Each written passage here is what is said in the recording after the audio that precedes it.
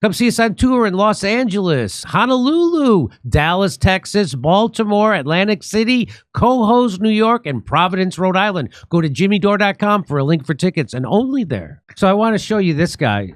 So this guy is Scott Atlas. So he's a super smarty pants guy. He's from Stanford. He's a fellow. He's when you get to be called a fellow. Isn't that nice? Oh, Stanford, that's a CIA college. I call people fellas. They're all CIA. I call people Stanford in particular, and MIT, and anyway. But I call people fellas, but I don't call people fellows. That's when you're a fellow.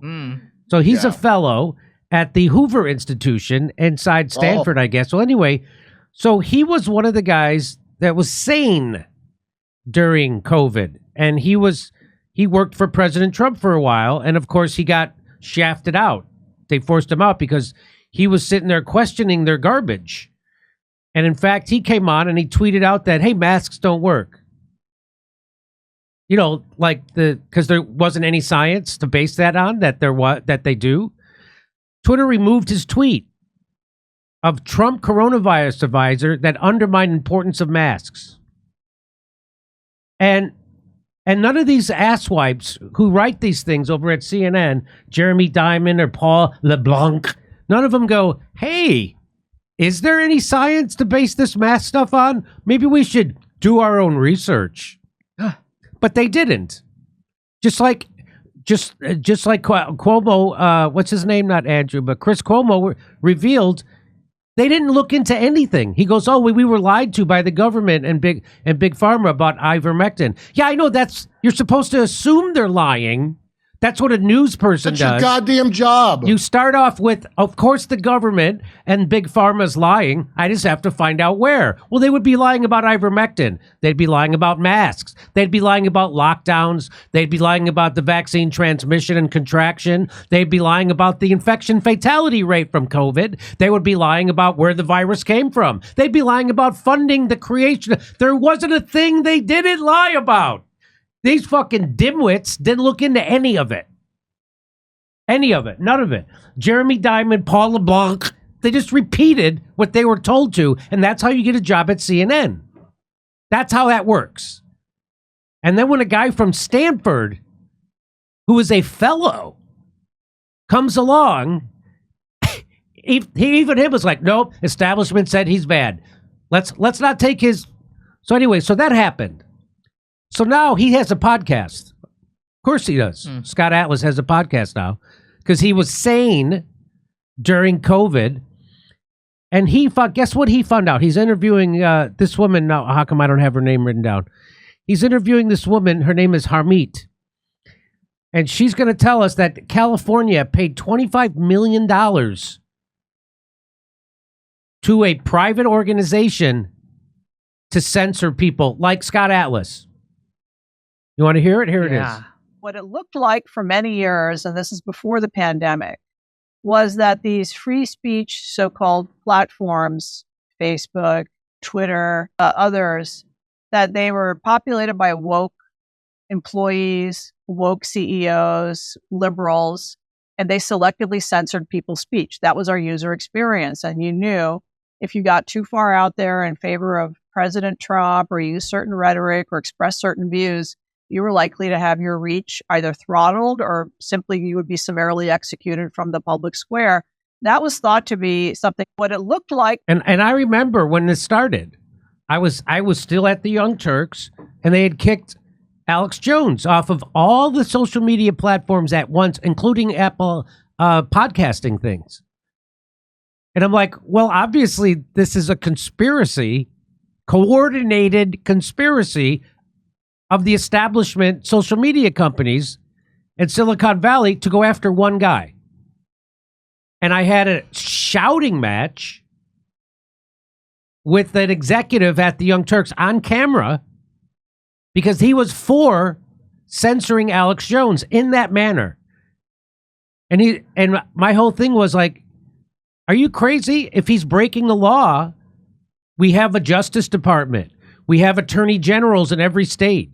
We have sheriffs. We have police chiefs. If he's breaking a law, we have people there to enforce. I don't need a nameless, faceless Silicon Valley bureaucrat or billionaire to come in and tell me what. And he's like, well, what are we supposed to do? I go, well, if you're going to take away, if either you think that the social media is the town square and it isn't, and I do happen to think it is. You can't run a business today without having a Facebook page. You can't run a business without having social media. You can't do it. It's just like you can't run a business without a telephone. So now you can't go around and listen in on people's telephone calls and then decide which business gets to have a phone. I don't like what they're saying. I'm going to cancel their phone. No, it's considered a public utility, which is how social media should be considered. And then you have the First Amendment. And if someone breaks the First Amendment, that's the only time you can take away their speech rights. That's how it should be. It's not, because the establishment wants to control your speech. And then you got guys like Zuckerberg, who runs Facebook. You know, these guys they're barely human beings. He looks like a reptile. He's a robot they made. He's a robot. He's exactly. Not only that, he's one of those guys who comes out and then he strokes the liberals' brain by saying he's for climate. I don't want to fight climate change, and then he just bought a 400-foot yacht with 4 diesel engines. Those are the type of people that they let do the censoring. So I had this huge, and the executive from the Young Turks was saying, "Well, Jimmy, what are they supposed to do?" I go, "They're not supposed to do anything. They're not supposed to do anything." He goes, well, what if someone's breaking the law? I said, they already have law enforcement agencies from coast to coast to take care of it. What if they're breaking the law? What if they're harassing someone? I go, then you go to civil court. Also, harassment on Twitter? Yeah. Well, they were trying to make the case that Alex Jones was inciting people through social media to go harass the people whose kids got killed in that Sandy Hook thing. And I'm like, well, the intelligence community. If that sounds like he's breaking a law, if he's breaking a law, they should go take care of it. And if they can prove damages, they should take him to civil court, which they did all those things. And if they can frame him for bullshit, which they did do. Right, exactly. So if you're going to take away, I said, if you're going to take away someone's freedom of speech, there has to be some kind of a hearing. And he goes, Jimmy, every person on social media, this is said to me by an executive at TYT. Jimmy, every person, they want to take their free speech away, they have to have a hearing. Every person who shoplifts a candy bar gets a fucking hearing. Every person who gets a speeding ticket gets a hearing in front of a judge. Yes. You want to take away someone's First Amendment right? They get to have a hearing. Wasn't Anna lawyers? Weren't these people like legally trained and they don't know anything about the law? How's that possible? Cenk is a lawyer. Yeah, and they because their brains don't work correctly. Well, they love, all shit libs love, this is why the supposed left is so into private monopolies, is because they realize it's a lot easier. It's very hard, as the chick from PBS, that blonde who went on, it's hard to get around the First Amendment. It's hard to get around it. Thing. And so what's really handy is using privatization to censor. So we privatized the town square. We tied kind of a third way between left and right, if you will. That's right. So let's listen to this. I'm sorry I have to start it over again accidentally. Here we go. For many years, and this is before the pandemic, was that these free speech so-called platforms, Facebook, Twitter, others, that they were populated by woke employees, woke CEOs, liberals, and they selectively censored people's speech. That was our user experience. And you knew if you got too far out there in favor of President Trump or used certain rhetoric or expressed certain views, you were likely to have your reach either throttled or simply you would be summarily executed from the public square. That was thought to be something that these companies were doing because of viewpoint discrimination of their own, which, by the way, is not protected by the First Amendment. Companies have a right to have their viewpoint. Okay. So I went at this with a novel approach, which is these companies, which, we all sign up. Some of us pay to be part of them now, but it used to be free, and they have user terms. And so that's a contract with the public, where public is using under a contract. So if the contract doesn't specify that they could take you off for your views, then I think that's a breach of contract. And Users have a right to take legal action. So all of this started to come to a head after the 2020 election. And it was bubbling up before that with the censorship of... And let me just say, I made the argument to the TYT executive that they're going to start with Alex Jones. You think this is where it's going to stop? I go, you do an independent news show. If you go against the establishment, they'll come for you next. Of course, the TYT never goes against the establishment, so they knew they were safe. In fact, they'd smear activists defending the establishment. They are the establishment. And so it went from Alex Jones, and it went from there to the leading scientists, leading doctors, leading journalists being censored, to the former president of the United States got censored. So there's nobody off. They were censoring everybody. It was like the Stasi state. This is like China, worse. Okay. Prominent physicians and scientists like yourself, when it came time to criticizing mandatory widespread vaccination of the entire public, for example, as opposed to those people who are most at risk, or mask mandates or COVID lockdowns. Many scientists in the world were criticizing this, and they were getting their reach throttled, and they would be suspended for their views, et cetera, et cetera. And we didn't really know where that was coming from. Well, in the 2020 election, after that, there were people like my client, Rogan O'Hanley, who criticized the conducting of that election, questioned whether Joe Biden had legitimately won the most votes in history of any U.S. president, and they were taken down from social media. And so what we learned a few months after that was, through Public Records Act requests, that the state of California, that's the first evidence we had, the state of California paid $25 million to a consulting firm to identify speech that was quote unquote dangerous or inappropriate under with respect to the election. And then they worked, the state Secretary of State worked with these social media companies to take down the speech that the government dollars had identified as inappropriate. Okay. So we learned that after the fact. We filed a lawsuit, which is Rogan O'Hanley versus Twitter et al. And versus the state of California. That was alleging public-private action partnership. And the idea was, well, Twitter and Instagram and the other wouldn't have taken the speech down if it hadn't been for the government action. So that implicates the First Amendment. And we lost that in the district court. We lost that in the Ninth Circuit. And that case is now pending before the Supreme Court. So that's called public-private partnership. That's called fascism. Oh, so what they were doing there is 100% fascism. Was that Tony Blinken? The government taking your tax dollars, giving it to a private organization so they could go police your speech, come back and tell the government who's got the bad speech, and then the government calls up the social media corporations and says, get rid of this speech. And they do it. And they did it. And they did it. Jimmy, I know for a fact that China does a better job with their censorship program than we do here. What do you mean by better job? Because they're not doing cutouts. They commit to the bit, so they have people that are part of the state that do it, and they're not hiring a guy to hire a guy to hire a guy. What we have is these like freeform militias and this despicable profit motive to take your rights away, which is even worse than if it was state-run. That's right. It's even worse. If it was just straight state run, you could do something about it. You could protest it. You voted for those people. They're supposed to be accountable too, but no, they're farming it out. Look, they'll abuse you, but once you make it a profit motive, that's how you get stuff like Kids for Cash Judge. That's right. Right? That is sick. That's like insane.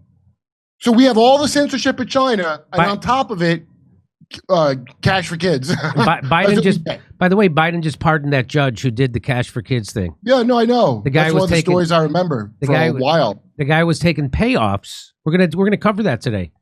Taking payoffs from for-profit prisons to send children to prison, and he did it. Well, he got Biden's caught. A private prison guy, ain't he? He got caught. Biden's the private prison guy. He got caught. They sent him to jail. The judge. Biden just pardoned him. Why? Because Joe Biden works for the private prisons. He doesn't work for you. And by the way, and decency was never on the ballot. Okay, but anyway, so her name, this woman's name is Harmeet Dillon, Dhilon, LLON. So I'd like to interview her. That sounds great. And Scott Atlas. I'd like to ask. I'm sure he wrote a book about it. I should go read it. I know he wrote a paper. I think it was what we learned from COVID or something like that. You know, we learned that the government is in bed with the corporations. We live in a fascistic state, and free speech is been out the window for a long time. Took a lot of presidents to help build that little pyramid. Yeah. Oh, The show. Hang on. She says, elections, how do they work? This is from her. She says, how do they work? Maybe if your family and you had supported the most pro-Israel president in U.S. history, we might not be seeing this evil and chaos unfolding before our eyes while American lawmakers take sides against our great ally. So she's horrible on Israel. Is that the point of that? Mm-hmm. And then if you scroll down about free speech, just look at her next statement. So about she's free horrible. So it just, what? I think She claims to be for free speech, yet she was silent about Trump's failure to free Assange. Mm-hmm. So, let's get her on. Yeah, so it just goes to show you, I'll join with anybody to do good and nobody to do bad. So when she wants to stop the government from censoring, I'm with her. When she's supporting Israel, I will oppose her. Do you understand how compartmentalized everybody is? People are in their lanes, and they're not going to get out of their lanes unless they're shocked out of it. Yeah. So the only reason she was talking about any of this is because it happened to her. Right, but that is by the design of all society, is that you're supposed to not, look at a lot of different things. You're supposed to focus on stay in your lane. That's a phrase you've heard probably a lot. So they're going to designate your lane, and so people genuinely many times have no idea, and they haven't put it together, the similarities between these things. A lot of people have not, and the more successful and more degrees and accolades they have, the less likely they are to know about anything outside of their one thing. Yeah. And by the way, her being horrible on Israel doesn't take away from the truth she just talked about. By the way, so's your entire government. Those are all real things. Why would you want to change the subject and now start talking about Israel? I would like to keep talking about the subject I'm actually talking about, is how the government paid private companies to help censor speech during COVID. That's what this segment's about.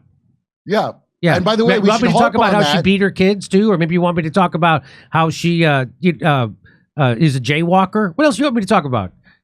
Something else that doesn't have anything to do with this fucking topic? Jesus Christ. The reason to harp on this particular topic that we're on is because when it later comes to the Israel censorship, now you have a leg to stand on. That's why you don't get caught up in whatever bullshit that was. So that's the exact same message I brought to the people at the Rescue the Republic message was, if you're for free speech, you have to be for the free speech of the Palestinian protesters. Because Detroit Muslims voted Trump. They didn't vote for Kamala. Because they didn't get distracted by Trump's terrible things he says. Yeah. He's not as bad as the other ones. And most of the MAGA people that I met and continue to meet are not pro-Israel. Just so you know, that's a thing that Donald Trump's doing, and that's something they put up with. But they oppress. I was there. I saw people MAGA for Palestine at that Rescue the Republic rally. I saw people MAGA for Palestine. And most of the people I actually talked to are not, they're not with Donald Trump on Israel, put it that way. But that seems to be the price of admission into any administration, Democrat or Republican. If you're not 100% on board with Israel, you're not getting into any office whatsoever, just so you know. There's no such thing as that. They will immediately hack your phone. They will immediately hack your computer. They will immediately hack into your iCloud account, which is what they did to me. And what did they use? They used Pegasus, invented by the Mossad. And there's nothing you can do to stop them. All they need is your phone number. They don't need you to click on anything. They don't need you to tap anything, to return a phone call. They don't need anything. All they need is your phone number, and they got you. They got me. So they have everything. That's actually best case scenario, that your info is just going to Israel, because every single thing you click on or use ever, your data, there is no law against it being scraped and used by everyone under the sun, including organized crime, international gangs. So Don't worry. There's a lot of competition to spy on you from all sides. Unless they're not allowed to have that done to them. Just you. Come see us on tour in Los Angeles, Honolulu, Dallas, Texas, Baltimore, Atlantic City, Cohoes, New York, and Providence, Rhode Island. Go to jimmydore.com for a link for tickets, and only there.